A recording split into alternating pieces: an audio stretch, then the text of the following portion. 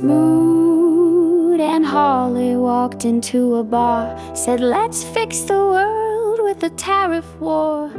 Raise the prices, shut the ports, then blame the poor for buying shorts." All the Democrats laughed, said, "Y'all done lost it. Raise the walls and pay the cost. It won't bring jobs, it'll bring a drought. But hey, nice try," they kindly shouted out. Yeah, they said it clear, that's not how trade works, dear. Hoover stood by with a nervous grin while exports died and folks caved in.